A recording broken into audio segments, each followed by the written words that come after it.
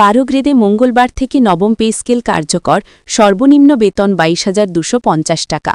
পেনশনে 80% সুবিধা বহাল, নিম্ন গ্রেডে 30% মহার্ঘ ভাতা আজীবন বহাল থাকবে।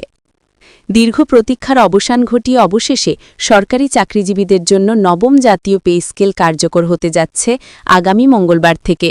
নতুন কাঠামো অনুযায়ী সরকারি চাকরিজীবীদের জন্য 12টি গ্রেড নির্ধারণ করেছে পে কমিশন। পে কমিশনের চেয়ারম্যান জাকির আহমেদ খান বলেন, দীর্ঘ 10 বছর পর নতুন পে স্কেল বাস্তবায়নের উদ্যোগ নেওয়া হয়েছে। এতে কর্মকর্তা ও কর্মচারী উভয় শ্রেণীই বেতন বৃদ্ধির সুফল পাবেন। অর্থ উপদেষ্টা ডাক্তার সালাউদ্দিন আহমেদ জানান, নতুন পে স্কেল বাস্তবায়নের মাধ্যমে সরকারি চাকরিজীবীদের বেতন বৈষম্য দূর করা হবে। আজকের বৈঠকের মাধ্যমেই গেজেট প্রকাশের প্রস্তুতি সম্পন্ন করা হচ্ছে।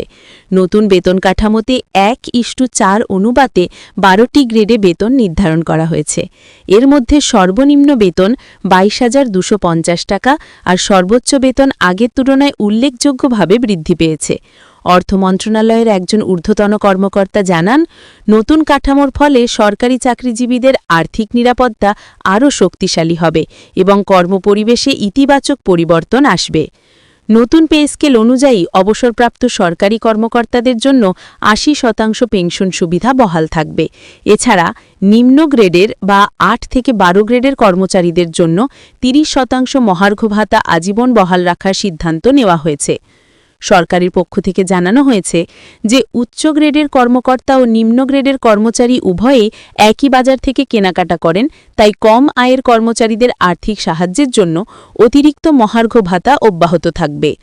অর্থনৈতিক সমীক্ষায় দেখা গেছে 2015 সালের অষ্টম জাতীয় পে স্কেল বর্তমান অর্থনৈতিক পরিস্থিতির সঙ্গে আর সামঞ্জস্যপূর্ণ নয়, তাই দ্রুত নবম পে স্কেল বাস্তবায়নের নির্দেশ দিয়েছেন প্রধান উপদেষ্টা।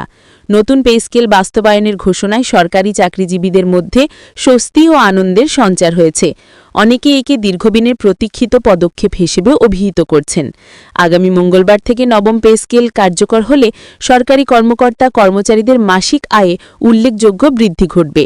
পাশাপাশি পেনশনভোগী ও নিম্ন আয়ের কর্মচারীদের জন্য এই সিদ্ধান্ত এক নতুন অর্থনৈতিক স্থিতিশীলতা বয়ে আনবে বলে মনে করছেন বিশেষজ্ঞরা।